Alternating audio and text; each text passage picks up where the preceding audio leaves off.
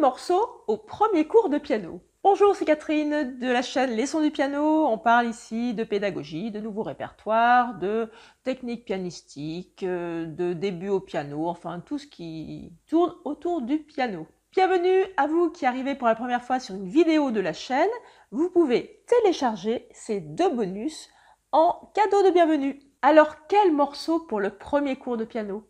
C'est votre premier cours de piano ou c'est le premier cours de votre enfant, fille ou garçon. Vous vous attendez à sortir du cours avec un morceau à jouer.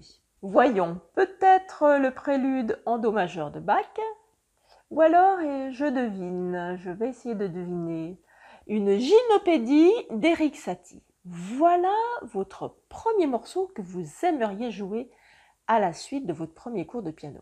Non, ce n'est pas une gymnopédie d'Erik Satie ou un prélude de Bach que vous pourrez jouer à la fin de ce cours ou dans les semaines qui viennent.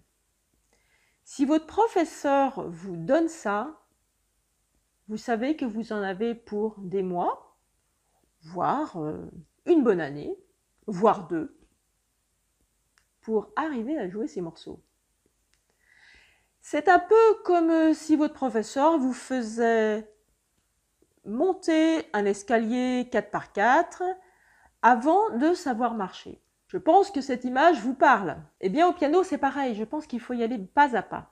Donc, je dirais pas de premiers morceaux tels qu'on les conçoit quand on est adulte, par exemple. Un morceau qui fait 2-3 pages. Ce n'est pas possible de commencer par ça pour jouer du piano. D'abord, si vous n'avez jamais vu de piano, je ne parle pas d'un clavier, peut-être que vous avez un clavier à la maison. Chez votre professeur, vous pouvez avoir un piano acoustique, droit ou piano à queue, peu importe, un piano acoustique. C'est intéressant d'en faire une exploration, de voir comment ça fonctionne, comment sont activés les marteaux, comment ils arrivent sous la corde si c'est un piano à queue, ou devant la corde si c'est un piano droit.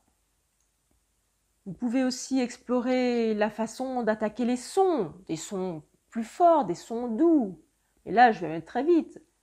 Explorer les sons aigus, les sons graves, le geste pianistique, le geste du bras, le corps, la posture.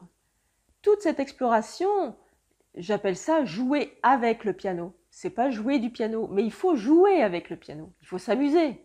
Utiliser la pédale aussi. Quand je parle de pédale pour le premier cours de piano, c'est voir un peu comment elle fonctionne. Et quand vous explorez ce clavier avec les nuances, les dynamiques, le forte, les pianos, jouer dans les aigus, dans les graves, répéter des notes, eh bien vous avez cette pédale. C'est assez intéressant, vous êtes complètement enveloppé de sons, c'est assez grisant. Et si vous avez déjà joué des chansons, par exemple, ne serait-ce qu'avec un doigt sur un clavier, eh bien, vous pouvez essayer de les reproduire. C'est déjà une bonne matière, une bonne base sur laquelle vous pouvez corriger votre posture, votre façon d'aborder la touche. En tout cas, pour le premier cours de piano, on ne va pas mettre de partition devant les yeux. C'est vraiment l'attention à la posture. Imaginez-vous, quand vous prenez un cours de tennis, vous n'allez pas faire un match. Eh bien, on accepte volontiers de passer des semaines à faire des services, à bien tenir la balle, à savoir la faire passer par-dessus le filet. Et puis au piano, on veut tout de suite faire un morceau, alors que c'est un peu la même chose. L'exploration du piano, les débuts au piano, peuvent se faire avec des improvisations dans les couleurs du jazz, à partir de 7e par exemple. Mais il n'y a pas que cette esthétique, il n'y a pas que ce style de musique. Vous pouvez aussi vraiment faire ce que vous voulez. C'est encore plus simple en allant vraiment sur toutes les touches du piano, de la plus aiguë à la plus grave. Qu'est-ce qui va vous donner une idée de jeu dans ce style-là, que j'appellerais un peu musique contemporaine? Eh bien, Je vous propose d'écouter les 14 pièces de l'œuvre Musical Toys de Sofia Gubaidulina. Ça vous donne une idée de ce qui existe comme musique écrite, mais ça va vous donner aussi des idées pour oser improviser dans ce style.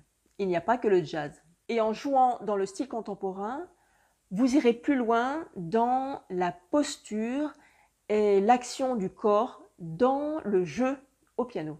Quand on parle de jazz, on parle tout de suite des accords. Alors, faire des accords dès les débuts, c'est antiproductif et vous risquez de vous faire mal, d'avoir tout de suite des tendinites. Donc, pas d'accords dans les premiers temps de pratique du piano. Ça se fait bien après. Alors tout ça, je le dis par expérience. J'ai vu des adultes qui commençaient avec des œuvres de Satie, avec le prélude de Bach. C'est pas l'idéal pour commencer. On ne libère pas son jeu en commençant avec ces pièces. Qu'est-ce que j'ai eu comme expérience?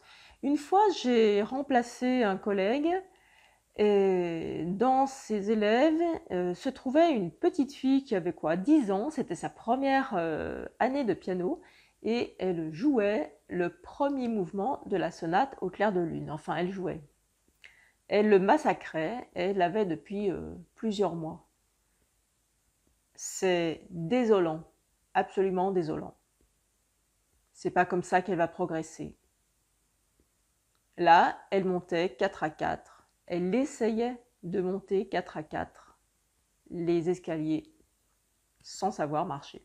Autre chose, la lettre à Élise. Ok, alors ok pour pour la première page, pour les choses les plus simples. Après, quand il y a la partie plus compliquée, c'est évident qu'on ne joue pas ça dans la première année. C'est très bien cette lettre à Élise parce que les mains ne jouent jamais en même temps. Voilà. Donc c'est tout à fait bien, très intéressant. Et même le geste pianistique peut vraiment être appliqué là-dedans. Mais le reste, non. Donc la lettre à Élise, ok pour le début, mais c'est pas du tout à notre portée. C'est de la 3e ou 4e année de piano. Et ça veut dire quoi, 4e année de piano? Ça veut dire, normalement, 4 ans en ayant fait 3 quarts d'heure à 1 heure par jour. Donc on peut calculer très très vite. Ça donne toutes ces heures de piano, par exemple, sur 4 ans de piano. Donc, exit le premier prélude et fugue en do majeur de Bach, exit les gymnopédies d'Erik Satie, exit la sonate au clair de lune de Beethoven, exit le 3e mouvement de la tempête de Beethoven, la 17e sonate. Tout cela, c'est bien trop difficile quand on est débutant. Et comme on parle de la lettre à Élise, je vais terminer cette vidéo en vous jouant l'arrangement que Oksana Krut a fait pour sa méthode de piano. À bientôt!